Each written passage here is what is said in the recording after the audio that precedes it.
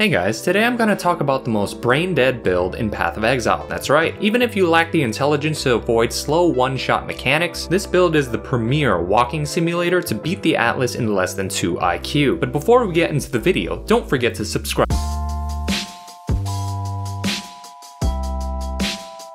So as many of you guys may know, General's Cry over the last several leagues has earned a name for itself amongst lower IQ players like myself due to the high effective damage that you could attain for relatively low upfront cost. Not only can you slap the living daylights out of just about any boss you want, but the overly simplistic playstyle is one that not many monsters are currently equipped to deal with, unless of course you're literally blind. But one of the downsides of this skill alone is that its cooldown generally leaves something to be desired when considering proper clear speed and damage uptime. So for the small price of one extra skill gem, keybind, and brain cell, I decided to implement Call of Steel in order to maximize the quality of life that could be attained. One of my favorite things about this particular setup is that you're able to shield charge directly into droves of monsters, placing several metric tons of impale stacks on them and deleting them all in a single button. Kinda like what happens when you enter Scourge. So without further ado, let's get into the video.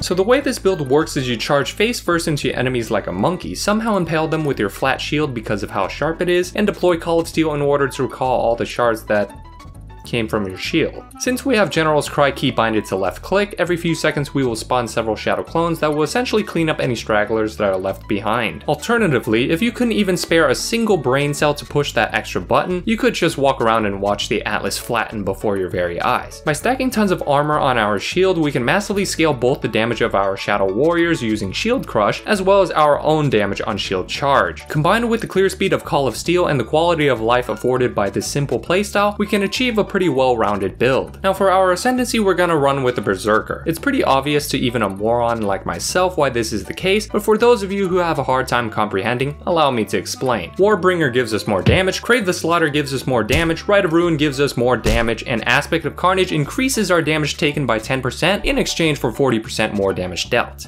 In other words, it gives us more damage. For defense, this build utilizes the combined power of movement speed, kiting, and extreme physical and LE damage mitigation. With the Rite of Ruin passive, we can achieve up to as high as 36% extra move speed on top of our boots. And in the current state of PoE, very few monsters actually have the AI that can account for a player that is constantly in motion. Aside from this favorable playstyle that effectively counters the vast majority of monsters in raid class, this build is also able to achieve 90% phys damage reduction from determination and a high armor shield, and also 70% LE resistance from nodes on the passive tree. Now let's talk about how to gear up this build.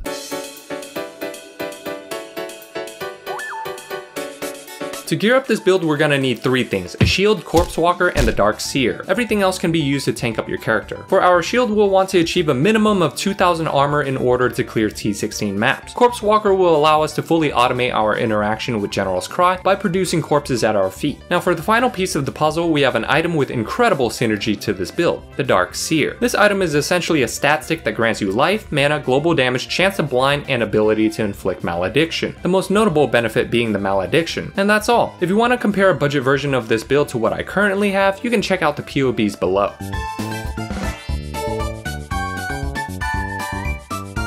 Unlike the vast majority of builds you encounter that typically feel lackluster until you invest several exalts into it, General's Cry can usually hold its own throughout all stages of progression, and very rarely get stuck at any one point. If you haven't already been sold on the idea of beating the Atlas with the fewest amount of brain cells possible, then I encourage you to give this build a try. And if you want to see more build showcases like this one, let me know in the comments. I can still reply to most of the comments in the video, and you can find proof of that in the last episode, which you should also check out. Thank you guys for watching this video to the end, and I hope to see you all next time.